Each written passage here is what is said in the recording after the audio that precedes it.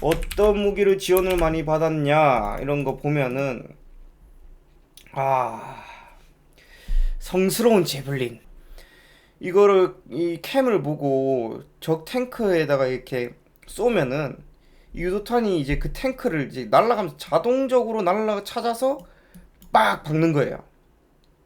그래가지고 러시아 전차 한 1300대를 요걸로 파괴를 했다라고 지금 알려져 있고요. 미국은 이런 거를 지원을 많이 해가지고 지금 뭐 러시아 탱크들이 진격을 잘 못하고 있는 건 사실입니다. 그래서 지금 전쟁이 점점 길어지고 있고 우크라이나가 뭐 저항을 잘 하고 있는 것도 맞고요. 그리고 EU 같은 경우는 경제 동맹이에요. EU는 경제 동맹. 근데 이번에 우크라이나에 무기를 제공을 6,700억치 한다고 했죠. 그러니까 처음으로 금기를 깼어요. 이번에 우크라이나 전쟁 때문에 이것도 진짜 좀 놀랄 노자입니다. 놀랄 노자. 이것 때문에 푸틴이 아마 전쟁을 빨리 못 끝내고 있는 게 아닌가 하는 생각도 들어요. 스위프트 제재는 국제결제 해외 송금 시스템을 말하는 거고요. 이게 뭐냐고 하면은 그냥 뭐 해외로 돈 보낼 때 뭐 무조건 스위프트 코드라는 걸 받아가지고 글로 보내는 거죠. 요게 막혀버리면 러시아 은행을 통해서 이루어진 모든 무역이나 금융 거래가 다 불가능해요. 외환 보유고 봉쇄도 추가적으로 때려버려요. 이게 진짜 큰데 이것도 크지만 스위프트 제재는 그냥 이거 완전 그냥 외국이랑 거래하지 말라는 거고 외환 보유고 봉쇄 이게 러시아가 총 외환 보유를 한 6,400억 달러를 하고 있다고 알고 있어요. 그 중에 4천억 달러 정도를 해외에다가 뿌려져 있단 말이죠. 왜 해외에 뿌리냐 하면 다 6,400억을 갖고 있으면 6,400억 전부 다 러시아 자국에 가지고 있는 게 아닙니다. 우리나라도 마찬가지고요. 4천억 달러 정도를 뭐 스위스 뭐 은행이나 아니면 다른 나라의 또 은행들 그런 곳에 다 뿌려져 있어요. 뭐 이자 이런 것도 필요하고 이래가지고 근데 미국이 이거를 봉쇄해버리라고 했죠. 응, 봉쇄 당했어요. 이 무슨 말이냐면 아니 이게 외환 보유 스위프트 제재 때려받고 그 외환이 국내로 유입이 안 되기 때문에 지금 루브라 가치가 2022년 한 2월 정도부터 그냥 이렇게 돼버리죠. 루브라 가치가 이렇게 떡 나가라면 종이 쪼가리가 되는 거예요, 돈이. 그죠? 종이 쪼가리가 됐으면 어떻게 해야 되냐? 이걸 막으려고 이렇게 올리려고 하면은 자국이 가지고 있는 외환 보유를 풀어가지고 국내 외환을 좀 많이 생기게 만들어서 루브라 가치를 다시 유지시켜주는, 다시 올려주는 그런 작업을 해야 되는데 여기서 돈을 쓰려고 하니까 돈을 쓸 수가 없어. 그러니까 이거는 뭐 러시아 입장에서는 내 돈을 은행에 맡겼더니 안 준대요. 뭐 한마디로 그거예요. 그러니까 얼마나 좀 억울하겠죠. 뭐 억울합니다. 네, 다음은 경제제재 에너지입니다. 에너지 에너지 제재를 빼먹을 수 없죠. 유럽이 수입하는 석유의 25% 그리고 천연가스 약 40%를 러시아에서 끌고 옵니다. 유럽이 전체가요. 유럽의 원자재 수입량 비중 러시아 보면 진짜 한 40% 가지고 있고요. 천연가스 의존도 체코 같은 경우는 와, 100% 러시아산을 가지고 오고 있죠. 이렇게 해가지고 러시아랑 유럽이랑 돌아서게 되면 러시아는 아까 말했죠. 잠가라 밸브 바로 예쁘면 이 다 끊기는 거예요. 석유 25% 날라가고 천연가스 40% 날라가니까 이거 할까봐 눈치를 보게 되는 거예요. 그래서 다른 경제 제재, 스위프트 제재, 뭐 보유고 제재 다 하는데 에너지 제재를 좀 눈치를 보고 있었죠, 다들. 그래서 결국에는 뭐 미국이 에너지 제재를 시작을 하면서 유럽도 동참을 하게 되는데 그 중에 하나가 독일의 노르트 스트림 이막 발음도 어렵다. 노르트 스트림 2 가스관이라는 게 있다네요. 의 러시아에서 독일로 바로 이렇게 가스를 쏴주는 파이프 관, 배관을 가스관을 만들었어요. 이거를 독일이 그래 안 하겠다라고 했어요. 독일 입장에서 진짜 울미의 겨자 먹기였거든요. 노르트 스트림 2 2 가스관이 이걸 못 쓰게 된 거예요. 안 쓴다고 했죠. 이번에 우크라이나 사태 때문에. 그래서 피를 많이 봤어요. 유럽도 피를 많이 봤고, 물론 러시아도 피를 많이 봤어요. 이거의 자금을 뭐 러시아가 뭐 반을 댔나, 또 유럽에서 반을 댔나, 뭐 하여튼 그런 식으로 해가지고 한 곳에서 다 100% 낸 게 아니기 때문에 둘 다 피를 봤어요. 근데 사실상 유럽이 에너지를 더 많이 받기 때문에 지금 의존도가 굉장히, 러시아에 대한 의존도 높기 때문에 이걸 끊는 것도 굉장히 피를 보면서 울미의 겨자 먹기로 하는 건데, 그래서 유럽이 지금 러시아의 의존도를, 에너지 의존도를 낮추면 그의 대안으로 액화가스 수입을 하고 다시 석탄 발전소를 재가동하고, 지금 탄소 제로, RE100 뭐 이런 거를 지금 추진하고 있지만, 그런 피해를 많이 보고 있지만 한마음 한뜻은 지금 유럽은 러시아를 조지겠다는 일념 하나로 지금 가고 있는 것 같아요. 그런 이런 이제 에너지 스위프트 제재, 뭐 외환 보유고 제재, 그리고 지금 전쟁을 계속하려면 전쟁에 대한 전쟁 자금이 필요하죠. 그러면서 러시아가 3월 16일 날 그 다른 나라들한테 빌린 돈을 이제 갚아야 되는 날이 3월 16일 날 도래를 하는데, 이날 이제 달러로 안 갖고 루블화로 갚겠다고 했어요. 사실상 이거는 디폴트 선언을 했다고 봅니다. 그러니까 국가 부도의 사태가 왔다라고 보고, 왜냐하면 뭐 국가의 외화가 없기 때문에, 달러가 없기 때문에. 근데 누가 달러로 빌려줬는데 누가 달러로 받고 싶지 루블화로 받고 싶겠어요? 어느 나라가 루블화로 받으려고 하겠어? 그 종이 쪼가리 된 거를, 그죠? 어쨌든 그렇다. 그래서 푸틴은 계속 전쟁을 할 것이냐라고 물어봤을 때 저는 할 거라고 봐요. 왜냐면 푸틴은 우크라이나 영토를 다 차지하고 지배할 생각이 없어요. 러시아가 지금 우크라이나 쳐들어간 게 키이우, 지금 키이우를 계속 못 먹고 있죠. 근데 키이우를 먹었다 쳐도 그렇다고 우크라이나 영토를 전부 다 이렇게 먹진 않을 거예요. 이렇게. 이거는 저희가 분명히 알아야 될 게 점령 전쟁이 아닙니다. 옛날 뭐 고구려 신라 백제 시대 때 우리 전쟁하면 전면 전쟁이잖아요. 뭐 징기스칸 뭐 전부 다 나라의 땅을 넓히기 위한 점령 전쟁이지만, 지금 러시아 우크라이나 사태는 점령 전쟁이 아닙니다. 그죠? 먹어봤자 뭐 할 거예요, 여기를? 먹어봤자 뭐 더 골병만 키우는 거죠. 만약에 러시아가 우크라이나를 다 먹었다 칩시다. 다 먹었을 때 우크라이나는 가만히 있을까요? 러시아가 우크라이나를 다 먹고 전쟁이 끝난다고 해도 우크라이나 내부에서는 계속 내란이 일어날 거고, 기존에 있던 우크라이나 국민들이 뭐 가만히 살겠어요? 우리는 러시아인갑다 하고 살겠어? 절대 안 살지. 그럼 계속 전국 방방곳곳에서 내전이 여기에서 계속 날 텐데, 러시아 입장에서는 굉장히 피곤하단 말이야. 그래서 러시아는 우크라이나 먹을 생각이 없어요. 그죠?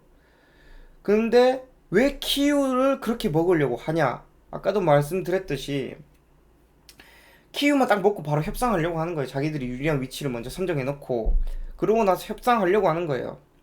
최대한 빠르게 우크라이나 정부를 무너뜨리고 자기들이 원하는 협상 테이블에 앉히는 게 첫 번째 목표예요, 러시아는. 근데 뭐 몇몇 사람들은 그렇게 말할 수 있죠. 러시아가 전쟁에서 질 수도 있잖아요 라고 생각하는 사람들도 많아요. 지금 보면 뭐 그런 선전 전략 때문인지 모르겠지만, 근데 여러분, 우리가 알아야 될 게 러시아는 세계 군사력 2위입니다. 세계 군사력 2위. 생각보다 노화된 장비에 약체였던 건 사실이에요. 하지만 절대로 무시할 수 없는 국가가 러시아예요. 러시아가 우크라이나를 못 밀고 있다? 라는 말은 반은 맞고 반은 틀리다고 생각합니다. 그러니까 일단 현대전은 옛날처럼 백병전이 아니에요. 이렇게 현대전은 옛날처럼 이렇게 백병전이라고 하면 요렇게 돌격 앞으로 와 뿌뿌뿌뿌뿌 하고 또 안되면 후퇴하라 뿌뿌뿌뿌뿌 이렇게 하는 전쟁이 지금은 아니죠. 지금은 공군 전력, 미사일 전력, 첨단 무기 등의 전쟁입니다. 결국 영공을 장악하는 나라가 이길 수밖에 없는 거라고 생각하거든요. 근데 러시아는 우크라이나 영공을 이미 장악했다고 봐요. 그죠? 근데 뭐 어떤 사람들은 러시아가 영공을 장악을 했으면 벌써 뭐 전쟁이 끝났어야 되는 거 아니냐, 러시아가 영공 장악 못했다 이런 말씀을 하시는 것 같은데, 지금 여기 보시면은 밑에 이 64km의 러시아 호송대 대행렬의 사진입니다. 위성 사진이에요. 그 키이우 쪽으로 저번 3월 초였죠. 3월 초중순에 러시아 호송대가 키이우 쪽으로 64km 행렬을 해서 키이우 쪽으로 진격을 하고 있다 라는 위성 사진과 함께 뉴스가 떴었어요. 이걸 우크라이나가 몰랐겠습니까? 이 미국이 위성 사진을 찍은 건데. 그러면 만약에 우크라이나가 영공을 장악하고 있었다면 러시아가 영공을 장악하지 못하면 이 짓 절대 못합니다. 여기서 우크라이나 전투기를 출격해가지고 헬기나 전투기로 그냥 폭격해버리면 끝이에요. 뻔히 보이는데 왜 폭격을 못하겠냐고. 64km 행렬이 키이우 올 때까지 가만히 눈 뜨고 볼 수밖에 없는 거예요. 왜? 영공을 장악하지 못했기 때문에. 얘네들 출격해가지고 요거 못 때리겠어요? 왜 못 때리겠어요? 이미 우크라이나 영공은 러시아 거기 때문에 못 때렸다고 볼 수밖에 없는 겁니다. 그러면 우크라이나 영공을 일단 러시아가 장악했다고 볼 수 있어요. 이게 진짜 이런 걸 보고도 폭격을 못한다는 것 자체가 영공 장악이 얼마나 중요한지를 반증하는 사진이죠. 그리고 대외적으로 근데 푸틴이 받고 있는 여론의 손가락질과 경제 제재 등이 엄청난 압박을 받고 있죠. 그래서 모든 걸 쏟아붓는 전쟁을 푸틴은 하지 못하고 있다고 생각을 합니다, 저는. 진짜 뭐 미사일 강국 러시아라고 불리는 미사일 강국 러시아인데, 뭐 과장 좀 더 보태서 정말 키이우에 있는 모든 건물 하나하나를 다 러시아의 미사일로 뭐 폭격을 할 수 있을 정도지 않을까라는 생각은 해요. 근데 그렇게 못하는 이유가 전 세계적으로 받고 있는 푸틴이 받고 있는 지금 여론의 손가락, 그리고 지금 국가 아까 디폴트 선언까지 갔던 지금 IMF의 한 3, 4배의 고통을 받고 있거든요, 러시아가. 그런 경제 제재 등의 압박을 엄청 받고 있기 때문에 푸틴은 모든 걸 쏟아붓는 전쟁은 지금은 하지 못하는 게 아닌가 라는 제 댕피셔이고요. 근데 여기서 푸틴이 전쟁을 포기를 못한 이유가 분명히 있습니다. 전쟁을 절대 포기 안 할 거예요. 푸틴은 자기가 원하는 이득을 취하기 전까지는. 그 이유는 일단 내가 푸틴이라고 생각을 해보자고요. 내가 푸틴이라면 지금 이미 대외적으로 전범자 낙인이 찍혔어요. 첫 번째로. 그리고 독재자의 거의 뭐 제2의 히틀러라는 취급까지 받고 있는데, 경제 제재 받고 지금 나라 경제 폭망했죠. 지금 이제 더 이상 물러설 데가 없는 거예요, 러시아 푸틴 입장에서는. 근데 여기서 전쟁은까지 군사를 빼서 막 이게 패전의 이미지 냄새를 살 풍겼다. 그러면 푸틴은 전범자의 또라이 독재자 제2의 히틀러 한번 받고 플러스 전쟁도 패한 약한 놈이라는 마크까지 찍히는 거예요, 임마는 지금. 그러니까 이렇게 찍히면 뭐 러시아 자국 내 살아갈 수 있겠습니까, 금마가. 그러니까 차라리 전범자 또라이 독재자의 제2의 히틀러까지만 받고 뒤에는 전쟁은 이기는 놈이 되고 싶은 거지. 이도 저도 안 되는 지금 이미지를 보여줄 수 없는 거예요, 푸틴은. 자국민 입장에서는 러시아 자국민들한테 보여주는 이미지로. 그래서 지금 전쟁을 멈출 수가 없는 거예요, 푸틴은. 그래서 푸틴 입장에서는 이미 주사위는 굴렸고 원하는 결과를 얻긴 얻어가야지. 이미 경제 폭망의 이미지까지 끝장난 상황에서 제가 푸틴이라도 원하는 협상할 때까지 저도 전쟁 못 멈출 것 같아요. 이렇게 된 이상. 뭐 더 이상 물러설 때가 있어야지. 안 그래요? 그래가지고 지금 그 원하는 협상이 뭐냐? 푸틴이 원하는 협상 한번. 우크라이나 첫 번째, 우크라이나 나토 가입 포기. 두 번째, 크림반도 돈바스 지역 러시아 영토 인정. 크림반도는 뭐 이미 자기가 꼭 해놓고 뭐 이제 와가지고 그죠? 돈바스 지역까지 러시아 영토로 해라. 네, 일단 세 번째, 우크라이나 비무장화. 이거는 이거 크죠? 국가가 군대가 없으면 큰일 나는데. 네 번째, 젤렌스킨 정부 퇴임. 그러니까 이제 발러 정부는 꺼지라 이거지. 푸틴을 찬양하는 우크라이나 정부가 되어라. 다섯 번째, 우크라이나는 뭐 일본이랑 같은 거라 보는데 중립 국가해라, 스위스처럼. 이게 다 합치면은 식민국가를 만들겠다는 거죠. 예? 이거 쉽지가 않아요. 이거 다 들어주겠어요, 우크라이나가? 와, 이거 쉽지가 않죠. 이거 야, 이거 다 들어주면 그냥 러시아 식민지 하라는 거지. 그죠? 어쨌든 러시아가 원하는 협상 테이블은 요 정도입니다. 전쟁 없는 평화는 역시나 다른 거 필요 없어요. 국방력이에요, 국방력. 전쟁 없는 평화는 국방력이 세야지 전쟁이 없는 평화가 있을 수밖에 없는 겁니다. 그 예로 세계 1차 대전에서 2차 대전, 세계 1차 대전이 끝나고 세계 2차 세계대전이 발발할 때까지 총 21년밖에 안 걸렸어요. 그죠? 그리고 세계 2차 세계대전이 끝나고 나서 지금까지 77년이 흘렀어요. 제가 이거는 뭐 찾아본 결과입니다. 근데 이게 한 3배가 넘었죠, 지금. 왜 이게 2차 세계대전, 3차 세계대전이 일어날 수도 있는데 이런 좀 발발하지 않는 이유가 저는 크게 두 가지로 봅니다. 첫 번째가 힘의 비대칭. 2차 세계대전 이후에 뭐 소련이 또 붕괴가 되면서 미국이 이제 압도적인 힘을 가지게 됐죠. 우리 천조국 형님들이. 이게 미국이 혼자 너무 압도적인 천조국에 이제 국방력을 천조를 쏟아부었다 해가지고 뭐 천조국 해샀는데, 그러면서 너무 압도적인 힘을 혼자 가지게 되니까 뭔가 지구의 경찰 뭐 이런 이미지로 만들어지면서 전쟁은 억제가 돼요. 그러니까 미국이 나토라는 동맹을 만들게 되고 동아시아 쪽에도 자기들의 그런 뭐 주한미군이라든지 저기 일본의 또 해군 기지를 만든다든지 이러면서 전 세계를 아우르는 미국의 그 군대가 지금 전 세계에 뭐 안 뻗친 데가 없죠. 그러면서 전쟁 억제 효과를 가져온다, 미국에 의해서. 그러니까 힘을 억누르는 것 같아요.